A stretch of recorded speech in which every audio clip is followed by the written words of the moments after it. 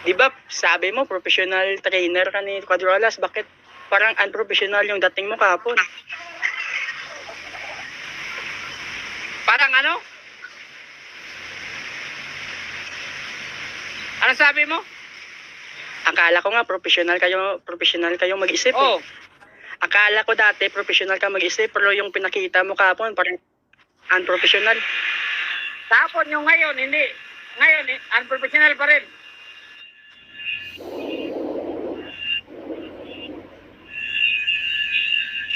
Tapon lang ba? Ang ngayon. Tutang ina ko yan na dyan. Ano ngayon?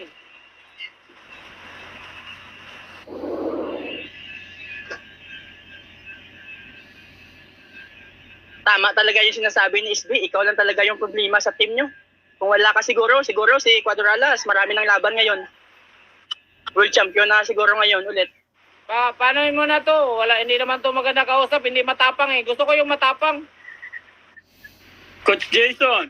Ako, mag-usap tayo ko. Hello. Jason. Hello, ito muna wait muna kayo ha. Si Kuya. Magalang magano eh. Hello, sir. Alam mo, hindi naman nabubuisit sa yung mga fans ni Casimero. Nabubuisit lang siya sa iyo dahil madalas mong tirahin yung mga kapwa natin Filipino boxer. Bakit?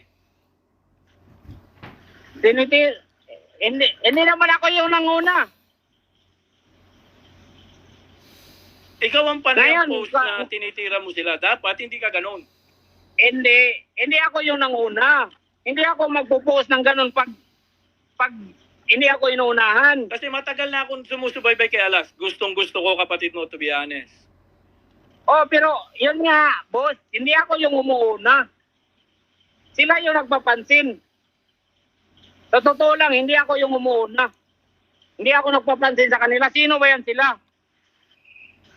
Sayang kasi, dahil Oy, sinasabi mo naman na sayang. Yung boxer nga, hindi nga sumasayang. Hindi naman kami naghingi ng laban eh. hindi, nakapangihinayang lang na tayong kapwa mga Pilipino boxer na nag-aaway-away dahil sa ginagawa mong pagpo-post na dapat Bakit? hindi ganun. Bakit nga ako yung nagpo-post? Hindi nga naman ako yung nag-uuna nag-post. Magsisinungaling ba naman ang mga fans? Ako nga mismo, lagi nakapalo. Ikaw lagi, madalas. Anyway, yun lang ang gusto kong sabihin sa'yo. Walang nabubuhay. pero Marami kayong naging pero- haters dahil sa mga ginagawa mong pagpo-post sa Facebook, sa social media. And alam mo naman especially yung pagiging racist mo, tinatawag mo na puting aso, puting kalabaw. Alam mo, hindi rin magandang, as a professional boss, coach, ganito yun, boss. Ano yung tawag nila sa akin? Buti nga, white dog lang yung sabi ko sa kanila eh. Ano yung mga sinasabi sa akin paninira nila? Alam mo ba? ano, Ang dami. Magnanakaw, rapist, ang dami. to Bubo. be honest, wala ako naririnig. Sa'yo ko lang narinig yan. Ay, wala ka, hindi ka updated. Pero noon, boss, nasa US pa kami. Grabe, ang dami. Sa totoo lang. Oo. Anyway, yun lang ang gusto ko sabihin sa'yo. Peace lang, dapat, ano lang. Oo, hindi boss, ko pero- yung sa inyong mag-asawa o hindi ko nababanggitin, pero dapat, pagkapwa natin boxer, maging masaya tayo. Kasi, totoo naman sila eh. Pagka tatatalo yung mga boxer natin, madalas ka magpo-post na parang tuwan-tuwa ka, natalo sila. Which is pangit yun. Ay, hindi naman ako. Wala akong paki sa kanila, boss. Hindi ko nga pinapansin yan eh. Pero pag sila yung nagpapansin, tapos parang foul na yung mga sinasabi nila, tsaka na ako mag-post, pero hindi talaga ako yung umuuna. Eh, ganun lang sana. Yun lang ang gusto ko sabihin. Pagkapwa natin Filipino boxer natalo, huwag nating tirahin, huwag nating anuhin. Kasi tayo rin ang magtutulong ang mga Pilipino. Yun lang. Oo. Salamat, Sige, salamat. boss, pero salamat. Pero Salamat. hindi ako nag-uuna talaga. Okay. Sinasabi lang nila, ngayon, ano ka, takot. Pag pinansin, sinasabihan na naman ako na, kumbaga, takot. Tapos ngayon, sinasabing bastos pag pinapansin. Yan yung problema. Kasi big fan ako ni Casimero, to be honest, dati. Pero nawalan ako ng gana dahil sa mga... Yung pag-aangas, okay lang yan, maganda yan eh. Pero depende kasi may iba ang pag-aangas at pagiging bastos. Iba. Si Casimero ay maangas. Tama yung ginagawa niya. Okay lang yun. Pang-aasar niya. Pero Oo. minsan, yung pagiging bastos ang hindi maganda. At Okay, nalaman boss. namin na sa iyo nang gagaling yung pagiging bastos at hindi mismo kay Casimero. Okay, boss. Salamat, Sige, boss. salamat. Lahat naman nangyari, boss. Ako yung gumagawa lahat nung umalis siya sa MP, ako lahat. Sige, boss. Thank you, boss. Thank you. Kuya Lods, okay ra ka diha ha? Kulang Jason, ha? tanga ka. Relax lang. Ako muna, Okay ra Lods. kayo. Tanga ka, Okay Jason. na kayo. Ako muna, Kuya Chill Lods. lang ha, chill lang. Kulang. Ayaw, Wag mo na. wag. Gusto ko yung mga maangas. Yung para Oo. Teka muna. Sige, ako muna. Saan yun? Si ano muna? Oo. Si Waxing Talk Oo. Philippines muna. Teka. Gusto ko yung Ako. si ano muna, kuya. I-back mo na to. I-back mo na, kuya. Yung ano muna, si Waxing Talk Pilipinas muna. Real talk tayo dito, real talk. Teka, kuya, si ano muna, kuya? Pinas Boxing. Go ahead, Ken. Ano? Wala naman akong masasabi sa'yo. Alam mo naman, kilala mo naman ako. Nagkita na tayo. Wala akong masasabi sa'yo. Kaya ako umakyat dahil para sabihin sa'yo na relax lang tayo dyan kasi mukhang nag-init ka na. Alam mo naman na intindihan kita. Kilala kita eh. Kilala ko kayo magkakapatid. Naintindihan ko kayo. Boss, Lahat mga tawagin pinupost na. nyo, alam namin yan. Tawagin na nila kung sino yung gustong tawagin nila. Ako yung maangas dito. Basta yun lang, Tawagin na kahit Kuya Lods, sino pa, kahit si... Asa anting na? mo Wala di yung anting. sound. Kahit nawala Kahit yung sound. ingat kayo palagi dyan. Ako na nga to. Kahit si Rapi Tulfo, tawagin nila.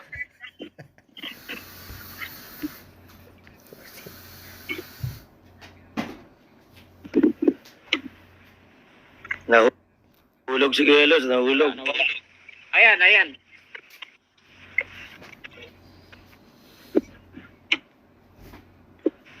Ako lang malakas. Wag mo na, kuya. Wag mo na yung papasukin yung mga ano, kuya.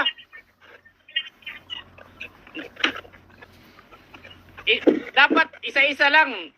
Pag dalawa ng pangit, mahirap na. Dapat isa lang yung mga pangit. Ako lang. Pwede sumali. Ay, kuya, pa-smile ka pa, kuya eh. May problema na nga ako eh. Hinihintay Relax ko lang, ngayon, relax ayan lang, na. chill lang. Ayan na ba? Ay, hindi pa pala yan. Kala ko ayan na eh. Sasalubungin Kuya natin Lods, yung mga ano, amping malakas dyan, yan. amping. Sino yung mga malakas yan? Walang ibang malakas dito. Hinahanap si SB. Hoy, Butige, Silver Boys, akyat ka rito. Hinahamon Gisingin ka na ngayon. yung ano na yan. Gisingin na yung tae na yan. Patulog-tulog yan sa kangkungan eh. Wala pala yung alam eh. Sinasabi na ako daw yung sumisira sa karir ng kapatid ko eh.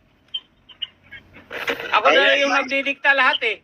SB, akyat. I-type nyo. SB, akyat. Baka hindi ka umakyat tae. Baka sabihin, inisip mo dyan, napapahiya ka na naman sa ginagawa mo. Tama. SB, akyat. SB, akyat. SB, akyat.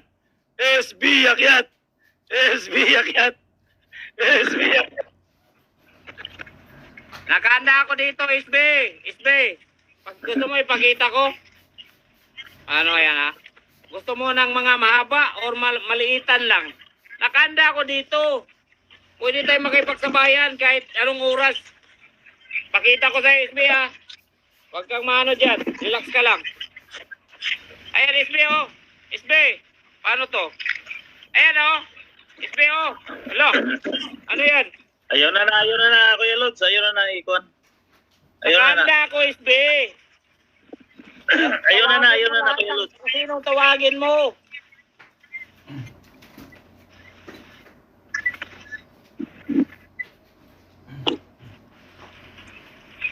Kuya Lods, ayaw na ipakita.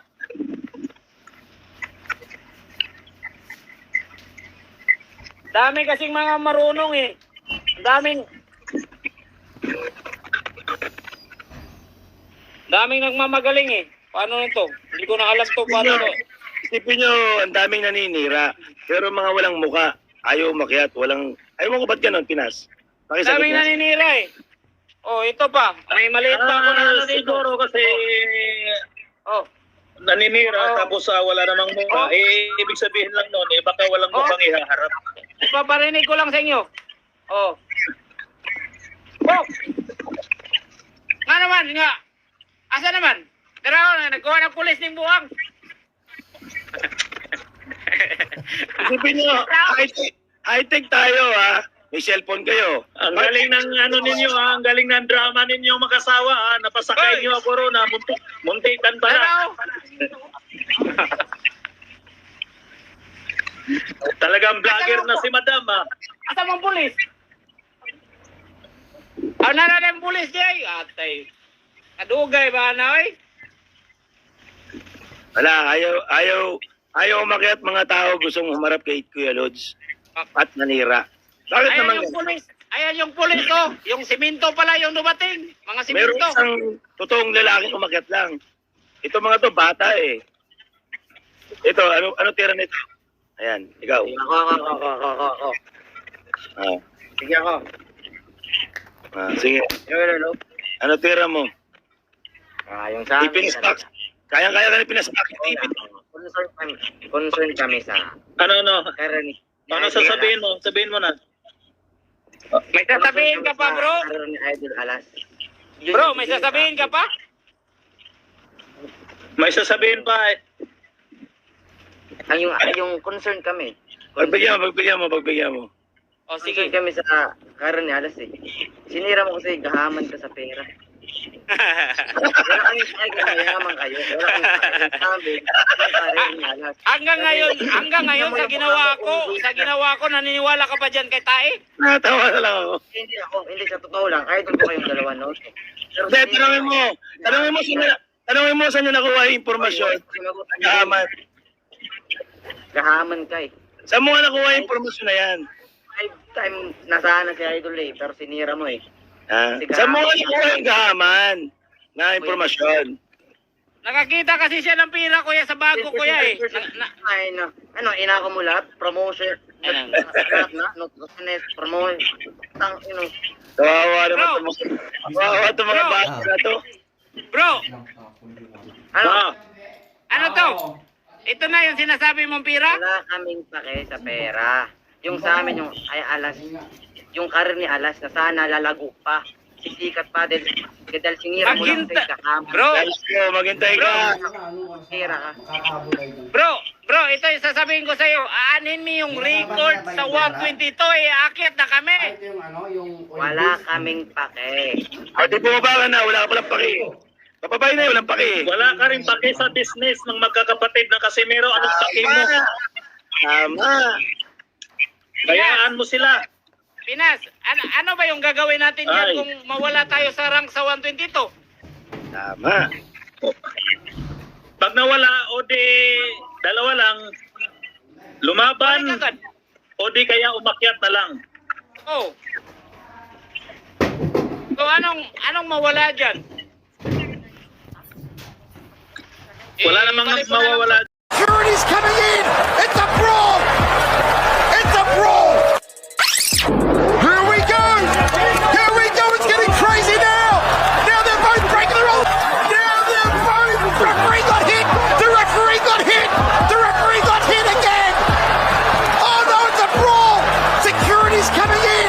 It's a brawl! It's a brawl! Hello guys, welcome back to our channel Winsworld TV. So matapos ma-postpone ang laban Ricky Anpo versus Ryan Garcia, na kung saan ay napuruhan ito sa kanyang intense sparring training bilang paghahanda sa laban sana nila ni Ricky Anpo na magaganap sa mismong New Year sa bansang Japan. So Ryan Garcia sumalang sa iba't ibang medical test sa hospital dahil umano nakaramdam ito ng pagkahilo, dahil sa natamong head injury sa kanyang puspos ang sparring training at hindi pa malinaw kung ito ba ay sumailalim sa operasyon, dahil isang araw pagkatapos ng kanyang sparring training, bilang paghahanda sa laban nila ni Ricky Anpo na magaganap sa bansang Japan, ngayong December 30 taon kasalukuyan. Nilinaw din ng kampo ni Ryan Garcia, na puruhan ito sa kanyang sparring mate. Nasanhi ng kanyang pagkahilo at napag-alaman din na may tama ang kanyang panga. In short, minimal fracture ang natamo nito, na kung hindi ito maagapan ay maaring humantong sa severe infection at jaw dislocation at pwede rin humantong sa pagkaparalisado nito. Ngunit ganun pa man ay inagapan na ng Team Garcia ang naturang injury para hindi na ito humantong sa malalang komplikasyon at dahil dyan ay official nang hindi matutuloy ang laban ni Ryan Garcia kontra Ricky Anpo ngayon December 30 taon kasalukuyan. Ating napag-alaman na ang laban ni Ricky Anpo ay tuloy dahil binigyan ng replacement fighter si Ryan Garcia at ito ay si Sina Carimian na kung saan ay naghatid ng nakakabaliw na laban noong Martes sa Rizal Bang Aichi. Ang laban Ricky Anpo versus Sina Carimian ay nakikipagbakbakan sa huling round matapos ang pag-ikot ni Carimian ng suntok na parang hindi na sinusunod ang rules ng boxing. Nang makita ito ng referee ay agad itong nakialam, ngunit nataman lang ito ng 3 beses. Alam naman natin na itong si Anpo ay isang magaling at veterano sa kickboxing, at nakalaban niya rin si former 8 World Division Champion Manny Pacquiao. Kitang-kita na talagang malakas itong si Ricky Anpo, kaya nakakalamang siya sa mga puntos. Maliit man siya tingnan kumpara kay Sina Carimian ay nagawa pa din itong patamaan ng mga solidong suntok itong si Carimian. Sa last round kasi ng laban ay biglang nag-spin punch itong si Carimian na labag sa rules ng boxing. Kaya agad itong nawarningan ng referee, ngunit talagang pinakita ni Ricky Anpo na isa talaga siyang matapang at entertaining na fighter ay agad naman itong bumawi din ng spin punks. Ngunit hindi ito tumama sa kanyang kalaban dahil ang natamaan ay itong referee. Hanggang sa magkagulo na at hindi na boxing ang kanilang laban, gusto ring bumawi ni Carimian kay Anpo ngunit ang referee ulit ang nataman at ito ay talagang ramdam ng referee ang sakit at pagkabigla dahil sa bigat ng kamao nitong si Sina Carimian, hanggang sa umakyat na ang mga security sa ibabaw ng boxing ring para awatin, ating rin napag-alaman na ang referee ay nagtamo ng pinsala sa ulo. Ayon sa mga fans ay nakakatawa panuurin at maski si former 3 World Division Champion John Riel Casimero, former 8 World Division Champion Manny Pacquiao at Ryan Garcia ay natawa sa laban Ricky Anpo versus Sina Carimian, dahil rumble na ang nangyari, at hindi na boxing.